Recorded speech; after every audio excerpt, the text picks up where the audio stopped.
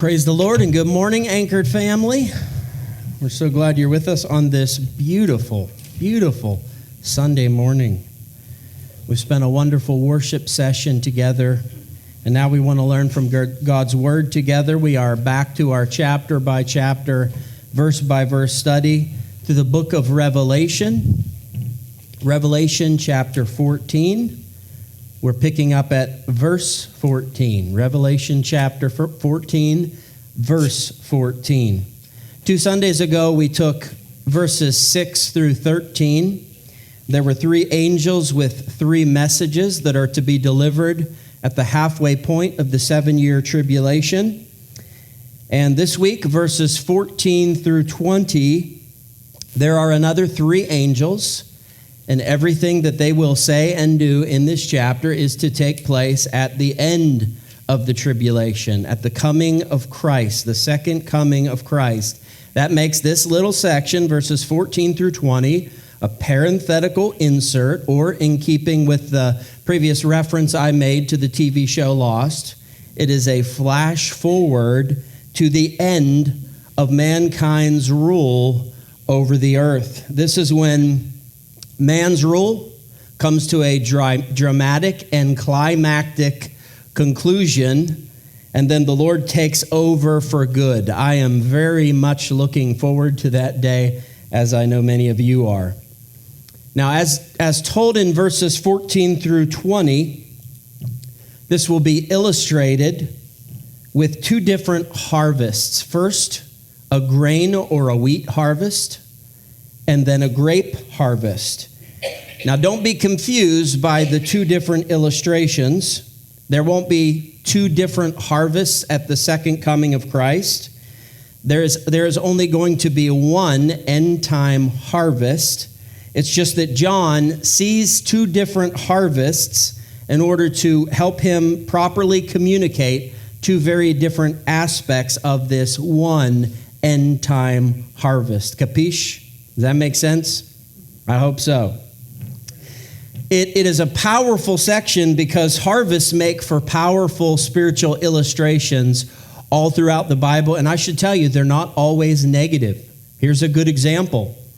When Jesus was in Samaria with his disciples in John chapter 4, and he was recruiting his disciples to help him with evangelism to bring those Samaritans whose hearts were ready to their Messiah, to him, he compared that evangelism, that salvation of the Samaritans, to a wheat harvest. So in that case, wheat harvest, very good thing. But of course, more often than not in the scriptures, when we see this illustration of a harvest of any sort, usually it's used in a very negative way. And the meaning is always the judgment of God. It's an illustration that was destined to happen because of the uncanniness of the comparison. Mankind, just like produce, we spring up from the earth. We have life. We grow, and eventually we produce the fruit that we are going to produce with our lives, whether that is godly fruit or wicked fruit. But eventually the day of cutting down comes to all, whether that is through your death or whether that is through this judgment at the end of the age. The fact remains, the cutting down of all of earth's fruit, all of the works of mankind for the purpose of judgment does come, and then we will be sorted and sifted according to our eternal destinations. That's what we're looking at today. It's only a cheery subject if your fruit is desirable to the reaper.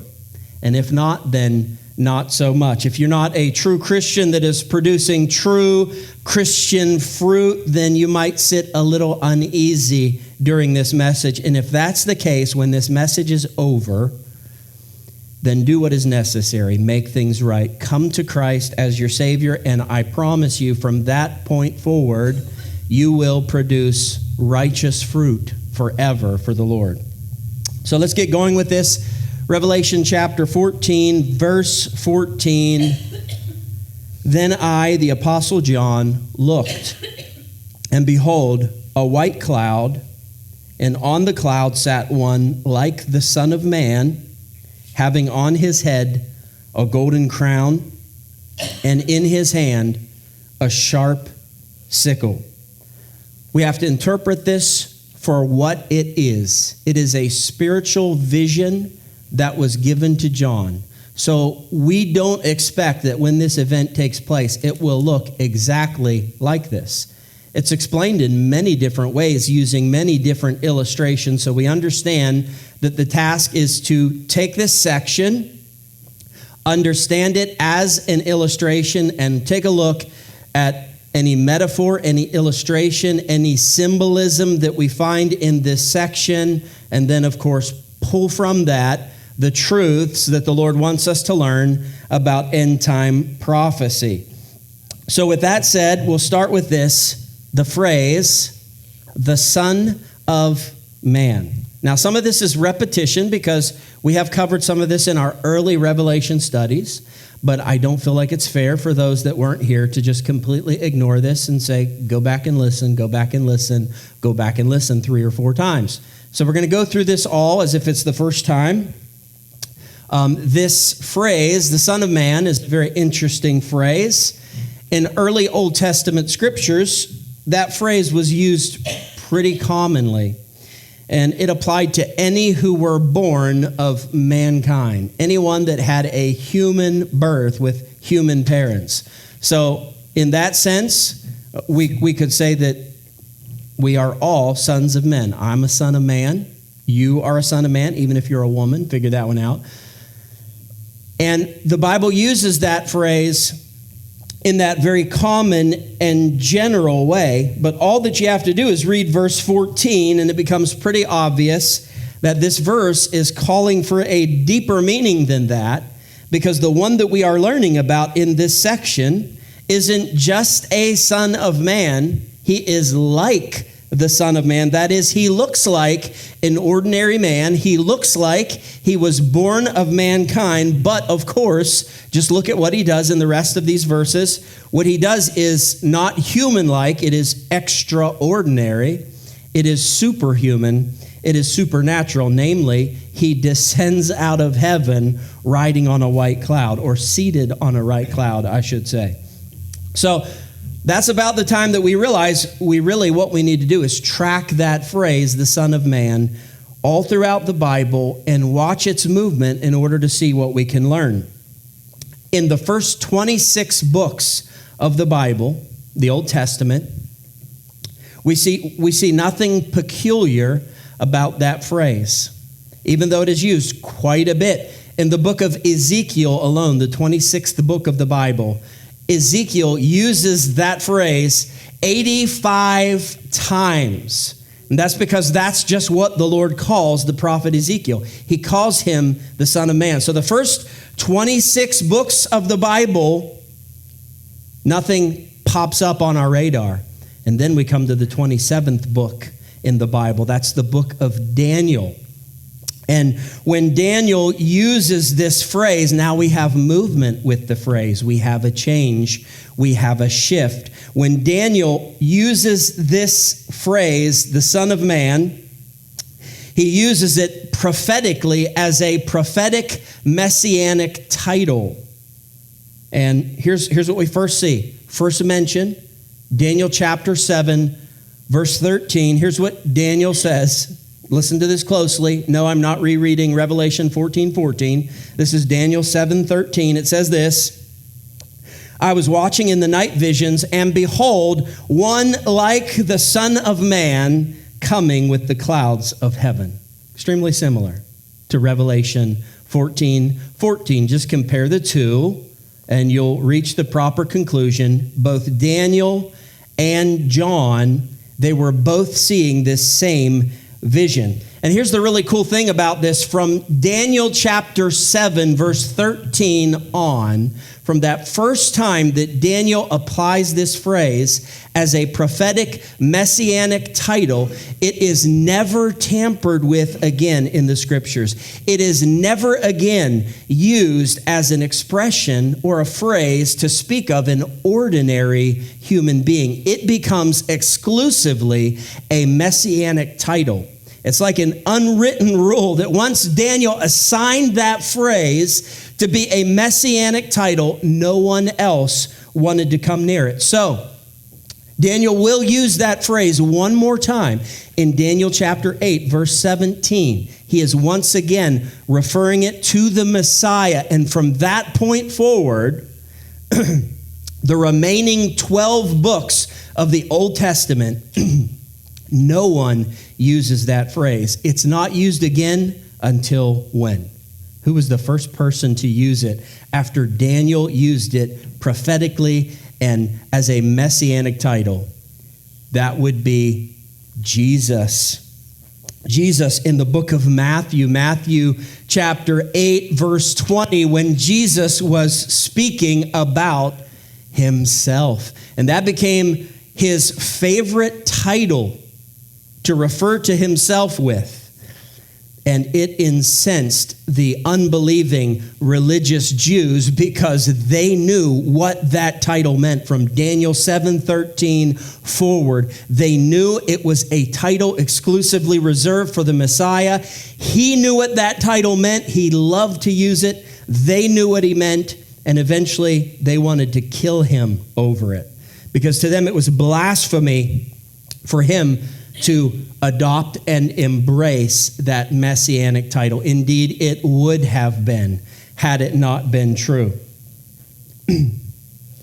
So, the one like the Son of Man that we read about in Revelation 14, verse 14, is Jesus. And let me just point out the purpose for the wording. He's not just called the Son of Man or a Son of Man. He is like the Son of Man. What does that mean? That means he has retained his human-like appearance. He's not just the Son of Man. We know that. He's the Son of God too, but he has, at least in this appearing, retained his human-like, man-like appearance. And that shouldn't surprise us because we also know that he's going to retain even the scars that he received from crucifixion. The scriptures tell us that when the world sees him, they will see him as the one whom they pierced. They'll see him with the wounds, the scar prints in his hands and feet, the gaping hole in his side. So this is Jesus, like the Son of Man, truly the Son of God. And he's seated on a white cloud. Again, ground that we've already covered, but let's go back through it. The white cloud, what is it? Is it an atmospheric cloud? Stratus, cumulus, cirrus, nimbus? Is it an atmospheric cloud?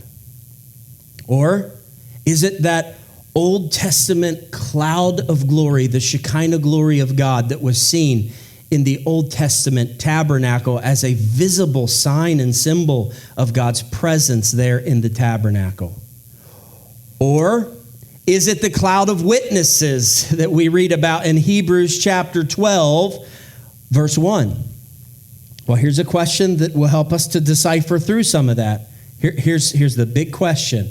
If this is an atmospheric cloud, or even if this is the Shekinah glory of God, the cloud of God's glory as seen in the Old Testament tabernacle, then here's the big question.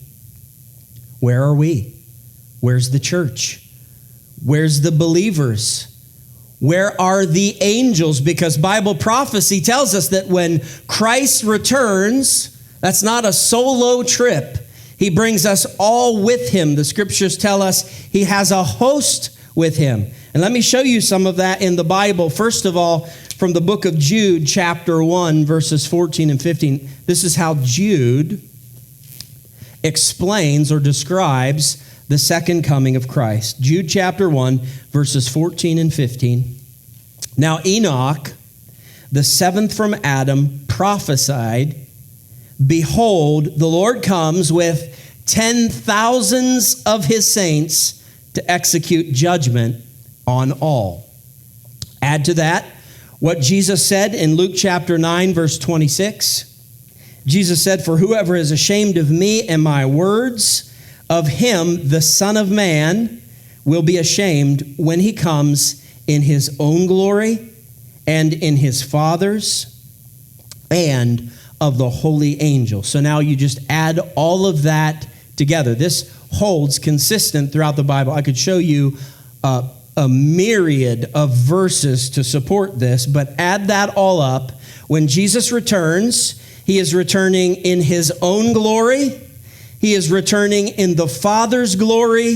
He is returning with the saints, and he is returning with the angels. Now, what are the chances that the Apostle John would see the return, the descent of Christ, and go like this?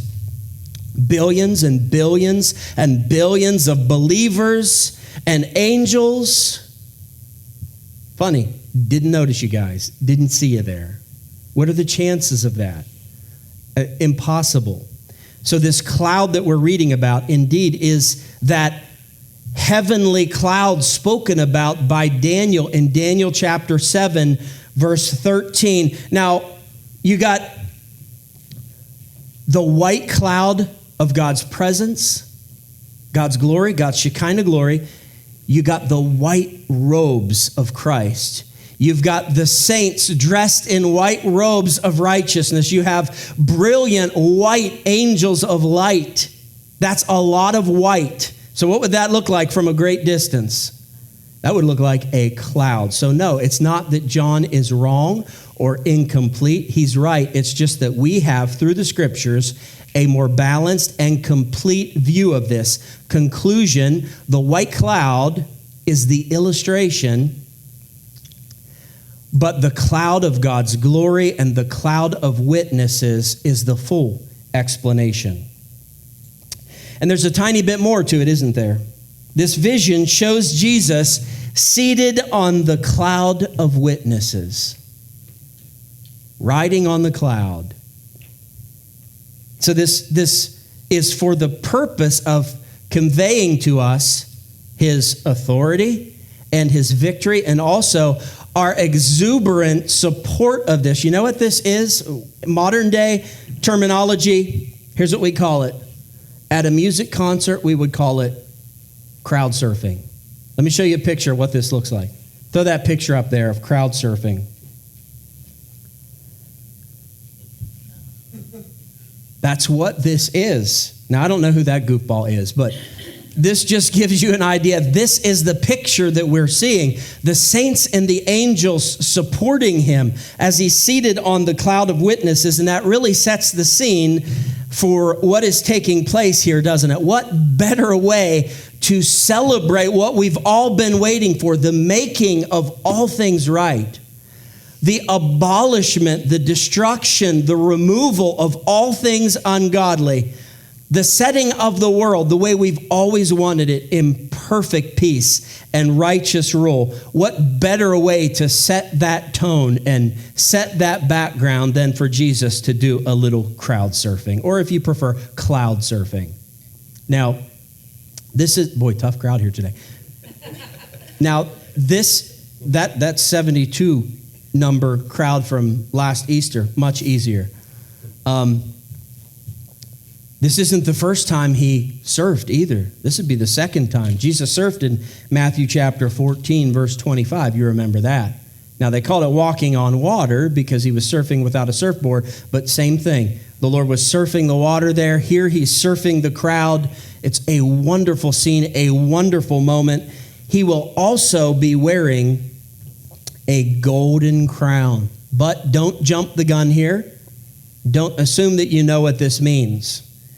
We have talked before in a previous study, in our studies through Revelation chapter 1, about the two different kinds of crowns that we read about in the book of Revelation. Number one, there's the Stephanos, and that is not really so much a crown. It is a wreath or a garland that is made of laurel branches. That was something that was handed out when a person would win a competition in a Greek athletic game. That was a temporary crown or garland. Why? Well, number one, laurel branches are going to wither and they are going to die. That garland, that wreath, that Stephanos is not going to last forever. Second, the Greek athletic games continued on. There was always that next competition. So if you always wanted to have a Stephanos in your head, you had to constantly win at those athletic games. The second kind of crown, of course, the diadem. And that is the permanent crown. That is a kingly crown that is made out of the kingly metal gold. Gold doesn't perish. It doesn't wither. So you might jump into this and read about this golden crown and assume that what we've seen from Christ in the past is true for this passage, that he's wearing a golden diadem, the kingly crown here, but he's not. He is wearing a golden Stephanos. Now, if you remember, in Revelation chapter 6, verse 2, when we first got introduced to the Antichrist, he was wearing a crown, and it was a Stephanos.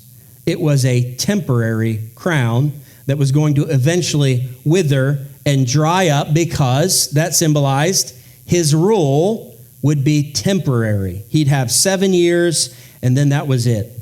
His crown would wither and fade. When we read about Christ early in the book of Revelation, we read of him wearing a golden diadem, a permanent crown that expressed his permanent rule. And now we read about Christ wearing a golden Stephanos. And there's more here than meets the eye. What that is communicating to us is that you have this crown made of metal, made of gold, but it is shaped in the form of a Stephanos. It is shaped in the form of laurel branches that comprise this garland, but it's not made of laurel branches. It's not going to wither. It's not going to fade because it's made of gold. And what that shows us is, yes, again, his permanent rule, but more importantly, it shows us that he has won. He didn't just have this handed to him. He didn't take it from the original owner by force, illegally. That what Christ did to wear this crown, he did by winning legally and rightfully and permanently this rule. And lastly, we see Jesus, the Son of Man, with a sharp sickle in his hand. What is the sharp sickle used for? Harvesting, of course. Reaping a harvest. But what is being harvested here? Try not to think back to the message title because that gives it away. What is being harvested here? We were told this by Jesus in the Gospel of Matthew when he gave to us the parable of the tares. That's found in Matthew chapter 13. Verses 24 through 30, and I want to read that to you. Another parable he put forth to them, saying, the kingdom of heaven is like a man who sowed good seed in his field. But while men slept, his enemy came and sowed tares among the wheat and went his way. But when the grain had sprouted and produced a crop, then the tares also appeared. So the servants of the owner came and said to him, Sir, did you not sow good seed in your field? How then does it have tares? And he said to them, an enemy has done this. The servant said to him, do you want us then to go and gather them up? But he said, no. Lest while you gather up the tares, you also uproot the wheat with them. Let both grow together until the harvest. And at the time of the harvest, I will say to the reapers, first, gather together the tares and bind them in bundles to burn them, but gather the wheat into my barn. So people used to do this to sabotage the crops of neighbors that they didn't like. They would see that they had planted a wheat harvest, and they would go and sneak out there in the middle of the night and plant alongside those wheat seeds these tare seeds. We call it today bearded darnel. And it was really sneaky because it is not easy to tell the difference between tares, bearded darnel, and good wheat. There are very minimal differences between the two. The biggest difference, the most obvious difference, is that the tares, the bearded darnel, they are stiff and they do not bend with the wind.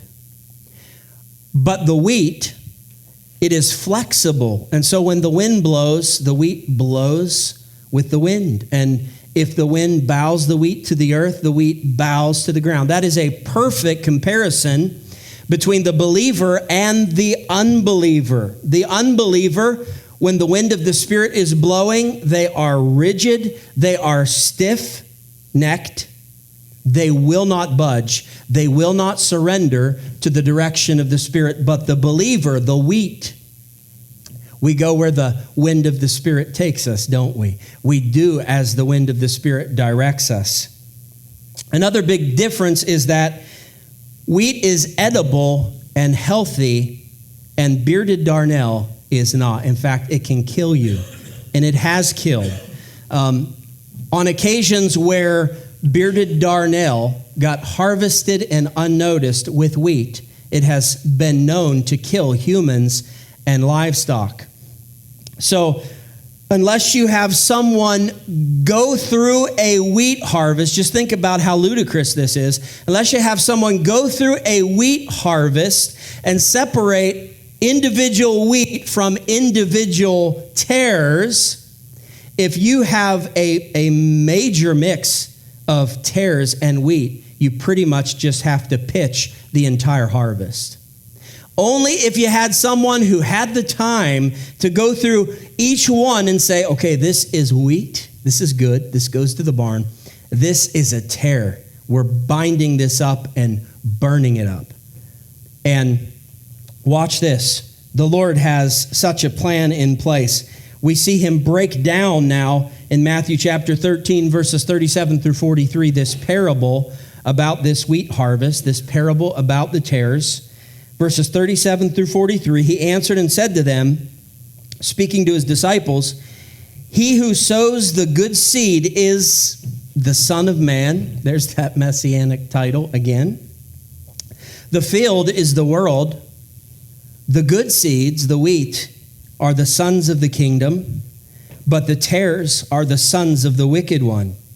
The enemy who sowed them is the devil. Now, he's used billions and billions of people to help him with this, but he is always the source behind the sowing of these tares. Now, watch this. The harvest is the end of the age, and the reapers are the angels. Therefore, as the tares are gathered and burned in the fire, so will it be at the end of this age. The Son of Man will send out his angels, and they will gather out of his kingdom all things that offend, and those who practice lawlessness, and will cast them into the furnace of fire. There will be wailing and gnashing of teeth. Then the righteous will shine forth as the sun in the kingdom of their Father. He who has ears to hear, let him hear. So that is a powerful parable that perfectly explains what we are studying in Revelation chapter 14, verses 14 through 20. It is the harvest at the end of the age. Now, this is not the very end of all things, but it's the end of the age. It's the end of the tribulation. It is the end of life on earth as we know it before the Lord takes command. Verse 15. And another angel, this is another of the same kind of angels that we read about in verses 6 through 13. So another holy angel came out of the temple, the heavenly temple, crying with a loud voice to him who sat on the cloud, thrust in your sickle and reap, for the time has come for you to reap. for the harvest of the earth is ripe. Ripe is from the Greek word zeraino, not oregano, zeraino.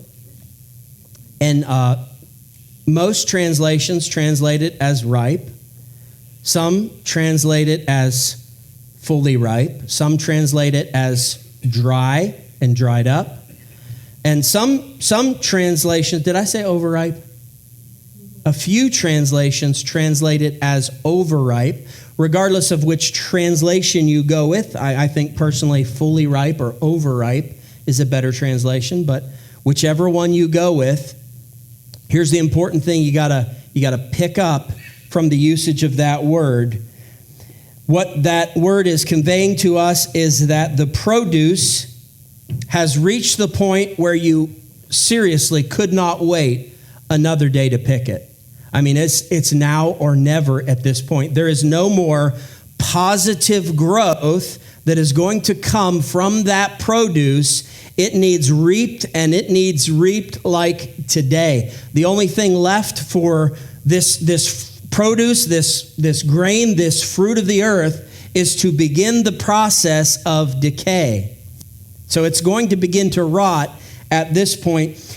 And the truth carried forward from that is an important truth, that the Lord waits as long as he can before he calls for the harvest. He will not hastily harvest the field of this world. I mean, it is going to be ripe, if not overripe, when the Lord finally makes this call. And that is so that no one will get to say, Lord, you were too presumptuous and premature with the reaping. You hastily harvested. If you'd have just given me a couple more days, maybe a few more weeks, I just know I would have blossomed into good fruit. But you didn't give me enough time.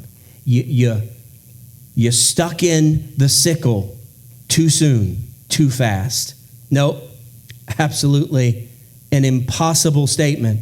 As we've been studying through the tribulation period, one thing should be clear by this point, that if someone makes it until this final day of the tribulation, if they have gone through all 7 years of the tribulation, having resisted and rejected Christ, then what they have done is they have thousands of times over deliberately chosen to reject Christ and to be swooned off their feet by Antichrist. I mean, the Lord does not make this easy for the tribulation saints to go through the tribulation without fully knowing their options. I'll be honest, I wish that the Lord would be as upfront and open and clear as he is in the tribulation. I wish he would be that open, upfront, and clear with our present generation. It might not change anything, but I just wish he would. He's going to be so clear. He's going to make it so tough to resist and reject him. And yet we're going to come to the end of the 7 years when the fruit is ripe and coming to the point of overripe. And no one will be able to say, I just needed a little more time. No, the Lord gave you all sorts of time. He is all sorts of long suffering. He is all sorts of patient that I just cannot fathom. It's because the Lord is so patient that evil persists in the world the way it does right now. If you're looking for answers, why is there so much bad that happens on the earth? Why is there so much evil? Why does this happen and why does that happen? It is because the Lord is not quick to thrust in the sickle and call for judgment. He is giving that terror, that jerk that's flipping you off on the highway, he's giving that person as many opportunities as he can because he loves them just like he loves you. And that harvest won't happen until it is well past time for that fruit to be harvested. Verse 16. So he who sat on the cloud thrust in his sickle on the earth, and the earth was reaped. All the tares, any remaining wheat, all the wicked, all of the righteous, all cut down, that is, separated from that which historically gave them life on the earth itself and the elements. It's now time for a spiritual harvest, for spiritual destinations. And first of all, with this first illustration of the grain or wheat harvest, I want you to just notice where this illustration takes us and leaves us. It takes us and leaves us at the reaping, the cutting down of the harvest, okay? Verse 17, then another angel came out of the temple which is in heaven, he also having a sharp sickle. So Christ had a sickle. The second angel has a sickle. And now John is going to shift to a different illustration. We now leave the grain harvest illustration, and now we talk about the grape harvest in order to illustrate how the wicked are sifted and sorted from the righteous and then condemned. Now, the Lord could have stuck with the grain or wheat harvest in order to do this. That illustration holds true. He gave all of that to us in Matthew chapter 13. We know what that looks like with the grain illustration being used. It looks like this. The wheat are separated meticulously and carefully by the angels. The wheat is bound up and burned up. Did I say the wheat? The tares, I hope that's not the case. The tares are bound up and burned up, and the wheat are gathered into his barn. But to tell that same story, the Lord now gives John a vision of a grape harvest, and it is eerily apropos. Why two harvest illustrations to tell us about one end time harvest? I think when you read about this grape harvest, you'll get it. I think you'll see why he switches up the illustration here to make a more powerful point about not just the cutting down, but about the sifting and the sorting of the wicked. Verse 18, and another angel came out from the altar, the heavenly altar, who had power over fire, just like Rob Steinbrecher on our Fireside Fellowship nights. He's our fire guy. Power over fire. This angel has power over fire. And he cried with a loud cry to him who had the sharp sickle. He cries out to the second angel, saying, thrust in your sharp sickle and gather the clusters of the vine of the earth, for her grapes are, here's a better translation, fully ripe, if not overripe. So again, the first illustration, the grain and wheat harvest, was all about the cutting down. Christ took care of that himself. The second harvest, to tell the rest of this story, the grape harvest, is all about the sifting and sorting. And this task, according to this verse, falls to this second angel. Do you remember what we read in Matthew chapter 13, verses 41 and 42? It was only 20 minutes ago. Hopefully you remember. This is what Jesus said in the parable. The Son of Man will send out his angels, and they will gather out of his kingdom all things that offend and those who practice lawlessness, and will cast them into the furnace of fire. So again, that illustration is repeated using a different harvest illustration. I should say the illustration of reaping is repeated using a different harvest illustration, just in order to show us the role of the holy angels, primarily in the shifting and sorting of the wicked. No one slips through the cracks. No one flies under the radar and makes it in because they went to church and no one noticed that they were a tare. The angels root them out, every one of them. Verse 19, so the angel thrust his sickle into the earth and gathered the vine of the earth and threw it into the great winepress of the wrath of God. Now, when it comes to a grape harvest, the concern is different than the wheat harvest. The concern for the grape harvest isn't that someone came in and planted fake grapes. I don't know if that's a thing. It's not about that. With the grape harvest, the concern is this: what is the destiny of the grapes? What's one potential destiny or destination for a bunch of grapes? To eat them. Let's start with the easy one. To eat them. If those grapes if that batch is designated for eating, then you don't destroy the grapes, do you? You gather them, you keep them, you put them in the fridge, you enjoy them. What's the second purpose, the second destination or usage for grapes? You guys said it. Greg, my man. For the making of wine. And if that batch of grapes is destined to be turned into wine, then what happens to the grapes? They get destroyed. You all know how an ancient wine press worked, right? They had a wine press that was cut into solid stone. Usually it was like a bowl that then had a channel that led down into a collection pool. And what they would do is they would take the grapes and they would throw them up there on the sides, and they would get in there with their bare feet. Sometimes they'd even wash their feet first. And they'd get in there and they'd trample the grapes. They would tread the wine press. They didn't use shoes, because if you use shoes, that was too much solid contact, and it would squash the seeds of the grape, and that would produce too much tannin in the wine. Not a good thing. So they used the soft soles of their feet. By the way, I just learned this week, and I posted it on Facebook. It might be helpful to you as well. Did you know that if you put socks and shoes on a bear, that it still has bare feet? Is that helpful to you too? It's amazing some of the things you'll learn here at Anchored Fellowship.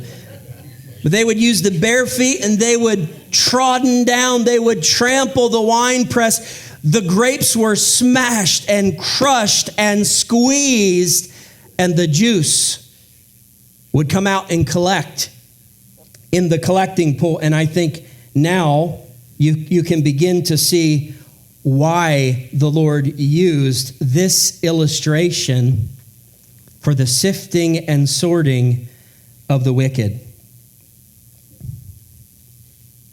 It's called the blood of grapes for a reason. It looks like blood. If you've ever seen a picture of a wine press after the grapes were trodden down and the wine press was treaded. I don't know if that's proper English, but I'm going to go with it. If you've ever seen what that picture looks like, it looks like a massacre. And that's exactly what this is, this end time harvest. It is going to be a massacre of the wicked. Again, don't think ill of the Lord. How many more choices? How many more chances? How many more opportunities could he give a Christ-rejecting, wicked world than he does in the tribulation? He doesn't bring them to this. He doesn't desire this. The scriptures tell us God has no pleasure in the death of the wicked. But they have brought themselves to this massacre in the winepress of God's fury. Verse 20. And the winepress was trampled outside the city, and blood came out of the winepress up to the horses' bridles for 1,600 furlongs, or 180 miles. Now, I know we're running out of time here, but there are some important keywords in verse 20 that let us know that this end time event that John is seeing is the end time event known as the Battle of Armageddon. Where do we get that word from? Did we make it up? No, we didn't make it up. It's in Revelation chapter 16, verse 16. You can look at that for yourself later. At Christ's second coming, and we'll read this in Revelation chapter 19, Satan inspires the Antichrist to lead all armies against Christ, and here's where he brings them. at the second coming of Christ, somehow he convinces the world that's him. That's the reason for the tribulation.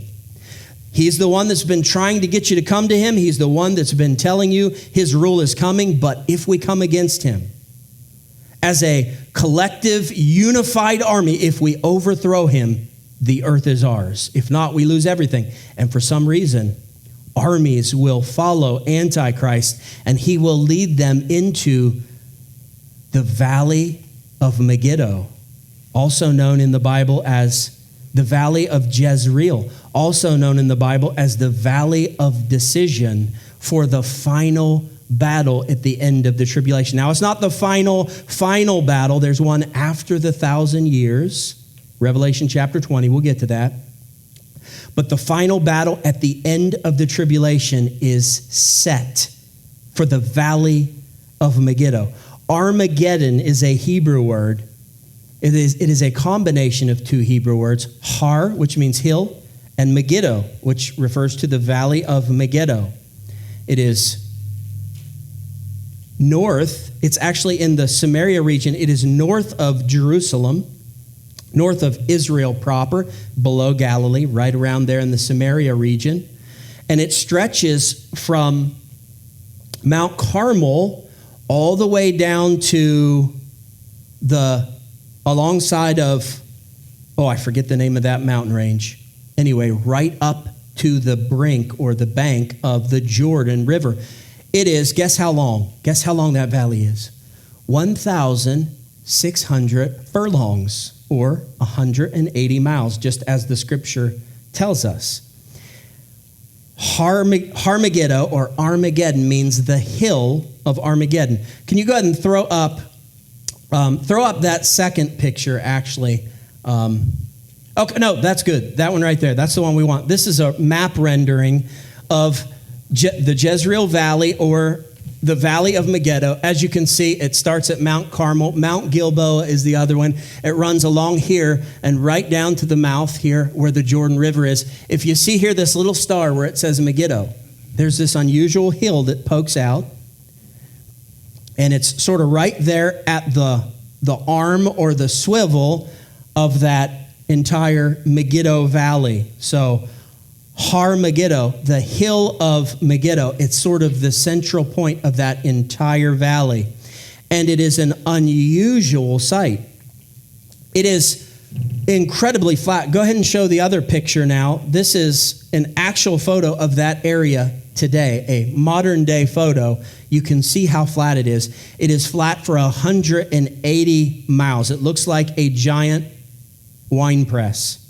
It is flat for 180 miles. On a clear day, you can see 50 miles in every direction. And what's so unique about this incredibly long and wide flat spot of land is that it is completely out of character with the topography, with the landscape of that region. It's just this spot. It looks like it was divinely created on the earth for the purpose of a great battle. And the history of that valley is just that. It is well known as a place of battle. When Napoleon Bonaparte seen the Valley of Megiddo for the first time, here's his words, and I quote, "Surely this must be the place where the last great battle is fought." And indeed, that is the truth.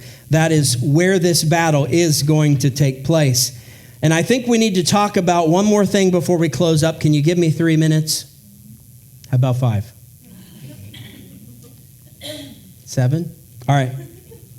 I think what we need to talk about before we close is the volume of blood that is mentioned for this Valley of Megiddo during this battle of Armageddon. The scripture told us that the blood would come out of the winepress, that is the Valley of Megiddo, up to the horse's bridle for 1,600 furlongs. Blood up to the horse's bridle. That's between, correct me if I'm wrong, 4 to 6 feet high, depending on the size of your horse. 4 to 6 feet high. Is it possible that that entire 180-mile valley could be covered in 4 to 6 feet of blood? Logically, I'm going to say no, that's not possible. So some speculate maybe this means that the blood from this intense battle will splash up as high as the bridle on the horse. And I'm not so sure about that. Here's what I see. I see the valley of Megiddo serving, just as the Lord said, as a wine press. So my thinking is that this entire valley is going to be covered with blood, and the low spots that serve as a collection pull wood for a wine press will be as high as 4 to 6 feet with the drain off of the blood from this battle. Now, how is that possible? I think it points to only one possible style of warfare for the Battle of Armageddon. Let me explain what I mean. Consider this. The more modern and technological our warfare becomes, the less deaths we see.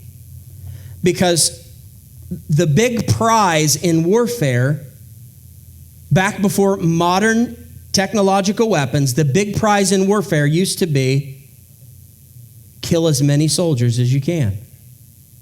The loss of life. That was the big prize in any military campaign. It's not that way anymore, is it?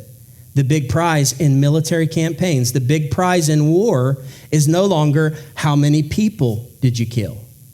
The big prize in warfare is now this. Can we take out the missile silo? Can we wipe out that military base?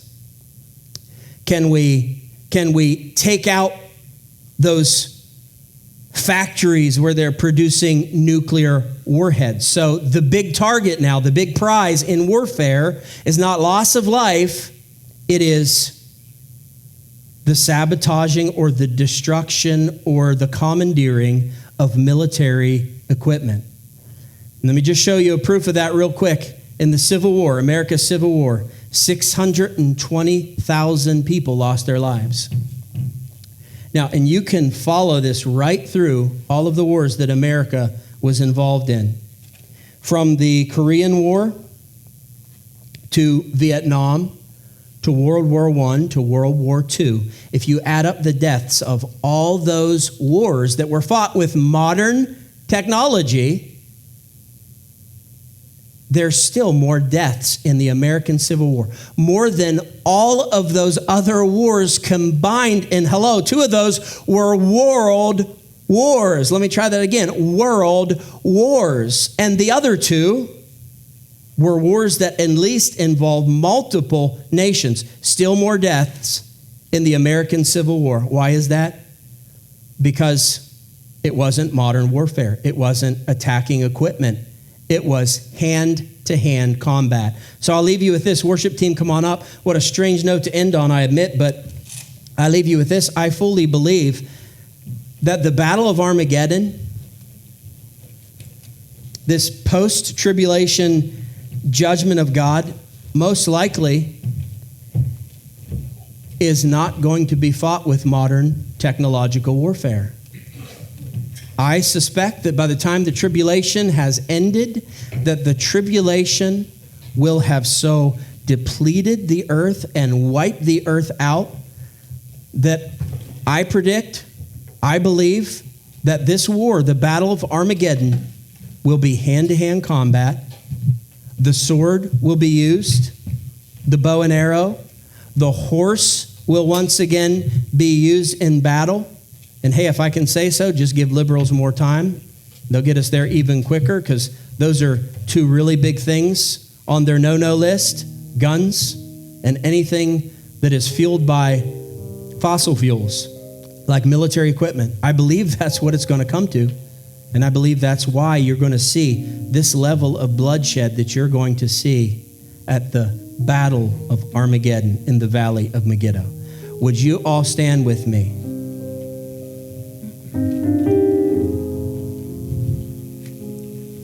It's a somber note to end on, I understand that, but that's where we are in our passage. For you and I, are we going to be at this judgment? Are we going to be at this harvest? Are we going to be at this sifting and sorting? Are we going to be present at the battle of Armageddon? Well, if so, it's not to fight against Christ, and this is not our fate. Our fate is to win. Our fate is victory because we chose the victor. If you haven't chose the victor, you should do that right now, today. You should settle this issue. You should put to ease this uneasiness about what's coming. You should do it right now, today, before you have a change of heart, before the enemy can plant some tares in your mind and tear you away from the truth and tear you away from what you really need. And that's the Lord. Let's pray.